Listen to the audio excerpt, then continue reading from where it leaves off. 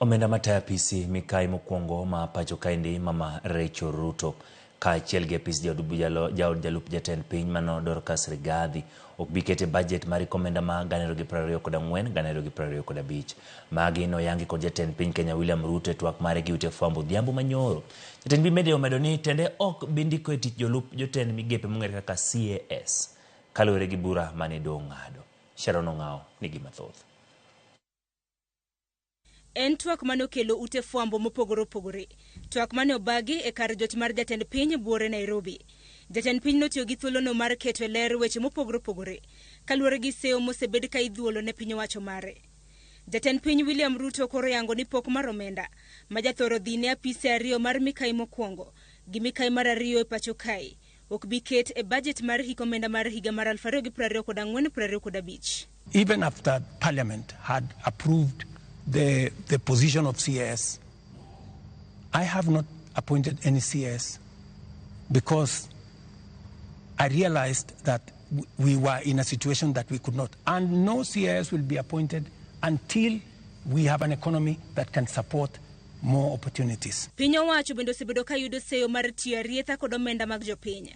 Kuom mano, jatend piny oyango ni piny owacho mare ok bindiko e tich jolup jatend migepe kaluwore gi bura mane doho ong'ado. I know citizens have said that there is no need for the office of the First Lady or Second Lady. Third Lady. These are offices that were there. But because we have to live within our means, those offices from tomorrow, this new budget which is starting tomorrow, they will not be part of our equation. Because in the face of what has happened, we have to trim down every other area. And in fact, not just those, many other spaces are going to be trimmed down. Motelo ne mano, jatend piny ne ondike tich jolup jatend migepe 50. Kata kamano, bura ne ochwale doho mar kwedo paro makamano. Ponono ni jolup jatend migepe makamago dine opuodh gi od bura mamalo maduong'. Osara mag dine okawo pes jopiny maromo siling milion 460 e higa ka higa. Kaluwore gi paro mane duol mochung' ne ndiko jotije mag piny owacho osara SRC ochiwo ne duol mochung' ne ndiko jotije mag piny owacho e tich PSC. Osara mane opwodh ne jolup jotend migepe e dwe ka dwe ne en siling 459,113.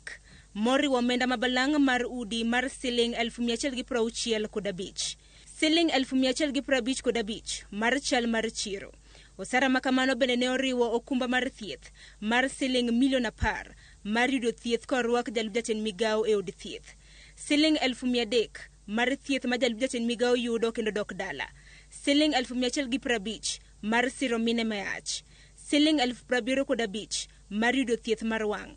Siling 75,000 machielo mar yudo thieth mar lak e kind thieth mamoko.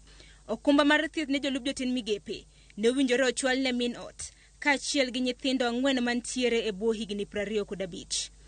Kaluwore gi pok mar budget mar hik omenda mar higa mar 2024-2025, apisi mar mikai mokwongo gi mikai mar ariyo e pacho kae ne oketne gi tenge siling bilion 1.2. Apisi mikai mokwongo mama Rachel Ruto ne dhi yudo siling milion 696.6. Ka apisi mikai mar ariyo e pacho ka Pastor Dorcas Rigathi ne oketne siling milion 557.5. Omenda makoro nyalo yudo tich machielo bang' jatend piny lieko ni omenda makamago ok bichwal ne apise ariyogo. Sharon Ong'ao, Ramogi TV.